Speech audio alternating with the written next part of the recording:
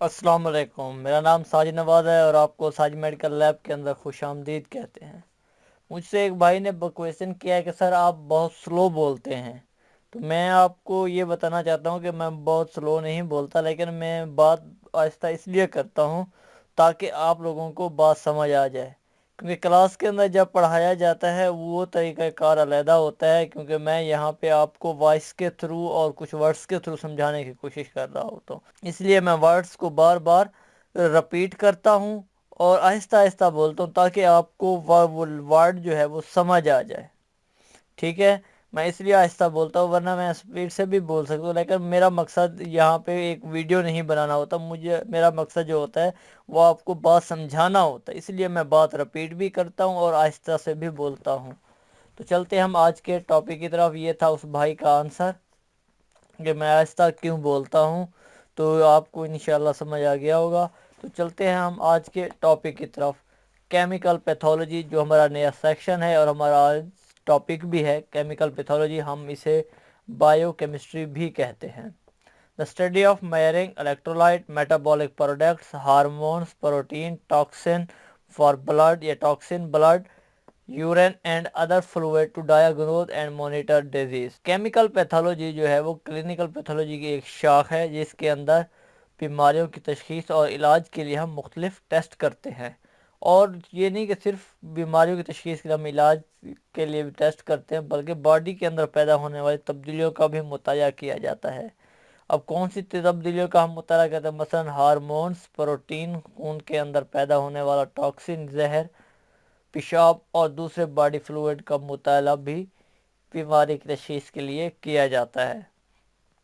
اب چلتے ہیں اس پیتھولوجی کے اندر برانچز کون سی ہیں۔ کیمیکل پیتھولوجی کے اندر جو برانچز ہیں، اس کے بہت ساری برانچز ہیں، ون بائی ون ہم ایک کا تھوڑا تھوڑا دیکھیں گے، تھوڑا تھوڑا جائزہ لیں گے۔ جنرل روٹین کیمسٹری، اب اس شاخ کے اندر ہم کون کون سے ٹیسٹ پرفارم کرتے ہیں؟ جنرل روٹین کیمسٹری، جس سے ہمیں پتہ چل رہا ہے کہ وہ ٹیسٹ جو روٹین کے ہوتے ہیں، جیسے ایل ایف ٹی ہے، آر پی ایم ہے، L F T liver function test, R P M renal parameter, R P M کو ہم آر ایف ٹیز بھی کہتے ہیں، رینل فنکشن ٹیسٹ۔ اب ہے آگے اسپیشل کیمسٹری، اس کے اندر ہم لوگ کون کون سے ٹیسٹ کرتے ہیں؟ اسپیشل کیمسٹری کے اندر سیرم الیکٹروفیروسس، ایچ بی الیکٹروفیروسس۔ اب ایچ بی الیکٹروفیروسس جو ہے وہ زیادہ تر ہم تھیلیسیمیا کے پیشنٹ کے اندر کے لیے کراتے ہیں۔ اس کا مقصد یہ نہیں ہے کہ تھیلیسیمیا، ایچ بی الیکٹروفیروسس میں جو ہے ایچ بی کی کمی ہو جاتی ہے، جس میں ہم یہ جاننا چاہ رہے ہیں کہ ایچ بی جو ہے وہ بار بار کم ہو رہی ہے، تو کس وجہ سے کم ہو رہی ہے؟ تو زیادہ تر ایچ بی بار بار کم ہوتی ہے تھیلیسیمیا کے پیشنٹ میں، تو یہی شو ہوتا ہے کہ ہم یہ جو ٹیسٹ ہے تھیلیسیمیا کے پیشنٹ کے لیے کراتے ہیں۔ آگے ہے کلینیکل اینڈوکرائنالوجی، اس کے اندر ہم لوگ اسپیشل ٹیسٹ کرتے ہیں، کون کون سے ہیں؟ Thyroid stimulating hormones, T S H, L H, F S H.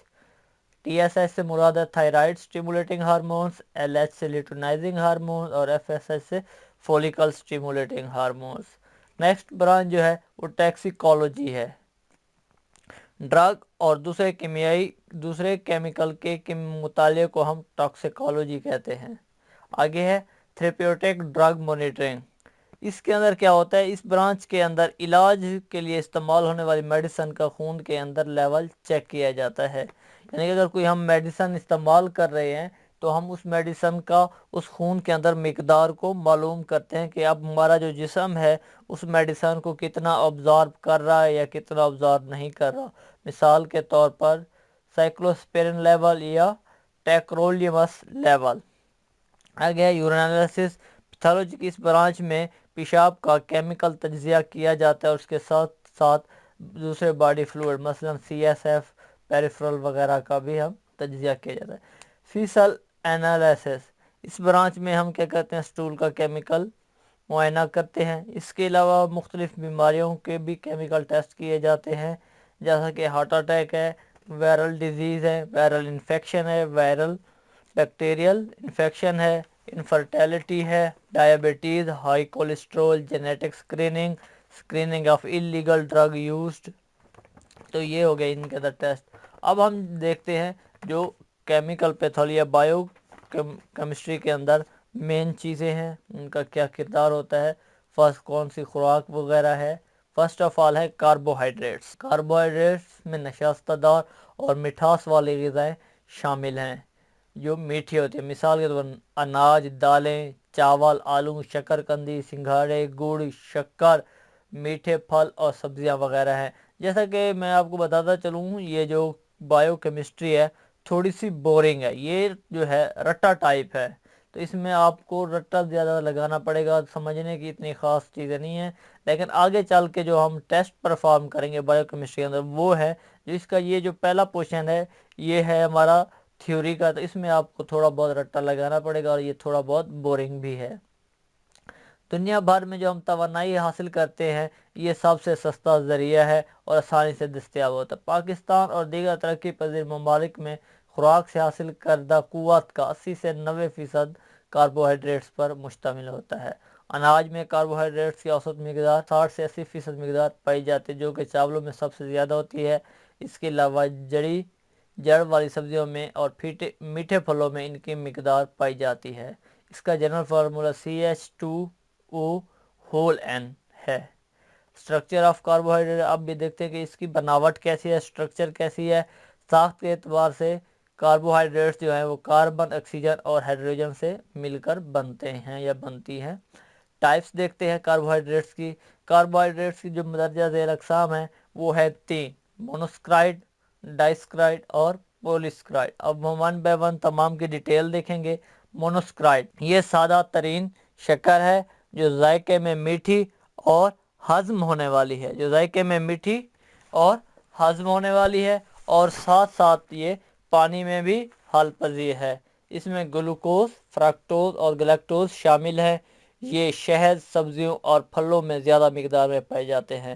آگے چلتے ہیں، جو دوسری ٹائپس ہے اس کی وہ ہے ڈائسکرائڈ۔ جیسا کہ اب آپ کو نام سے بھی معلوم ہو رہا ہے، مونو 1، ڈائی 2، پولی زیادہ، تو اس میں آپ کو آٹومیٹکلی پتہ چل رہا ہے کہ ڈائسکرائڈ میں کیا ہوں گے، 2 ہوں گے۔ یہ کاربوہائیڈریٹ ذائقے میں میٹھے، پانی میں حل پذیر اور زود ہضم ہوتے ہیں، یعنی کہ ان کو ہضم کرنا تھوڑا سا مشکل ہوتا ہے۔